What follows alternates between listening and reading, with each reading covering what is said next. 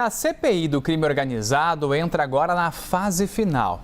O colegiado tenta ouvir nesta semana o ex-presidente do Banco Central, Roberto Campos Neto, e o atual, Gabriel Galípolo, para poder avançar nas investigações sobre as fraudes no Banco Master.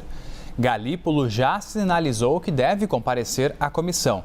Pedro Moreira está de volta conosco com mais informações a respeito disso. Oi, Estevão, mais uma vez. Pois é, o prazo, o limite, a data limite para funcionamento da CPI do crime organizado, que é uma CPI do Senado, se encerraria no dia 14 deste mês, 14 de abril. Só que o relator do colegiado, o senador Alessandro Vieira, ele gostaria de prorrogar o funcionamento da CPI por mais 60 dias. Só que para isso ele precisa convencer o presidente do Senado, o senador Davi Alcolumbre, que a gente lembra recentemente não aprovou a prorrogação da CPMI do crime organizado e também não tem demonstrado muito interesse, assim como o presidente da Câmara, Hugo Mota, que o Congresso avance em investigações relacionadas ao caso do Master, né?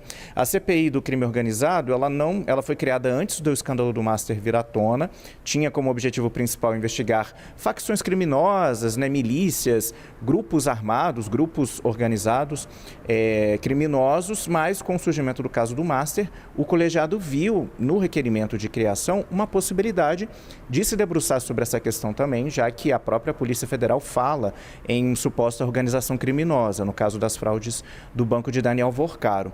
Mas o colegiado esbarra em uma série de decisões do Supremo Tribunal Federal, Estevão, que acabam dificultando os trabalhos. Por exemplo, na semana passada, na terça-feira da semana passada, dia 31, a CPI ia fazer a segunda tentativa de ouvir o ex-presidente do Banco Central, Roberto Campos Neto, mas ele conseguiu pela segunda vez um habeas corpus emitido pelo ministro André Mendonça do Supremo, dispensando ele de comparecer ou, caso comparecesse, desobrigando ele de responder as perguntas. O que a CPI fez?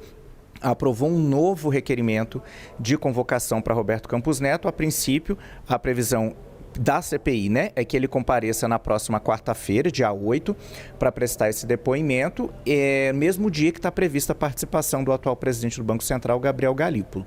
A diferença é que Galípolo vai ser ouvido numa espécie de consultoria sobre os conhecimentos dele, sobre a regulação do setor, e Roberto Campos Neto, nesse último requerimento, a CPI engrossou o tom, né, subiu o tom com relação a ele, dizendo que quer ouvi-lo para saber se na gestão dele houve falha do Banco Central na fiscalização do Master que tenha permitido o esquema fraudulento do banco chegar no tamanho que chegou, né?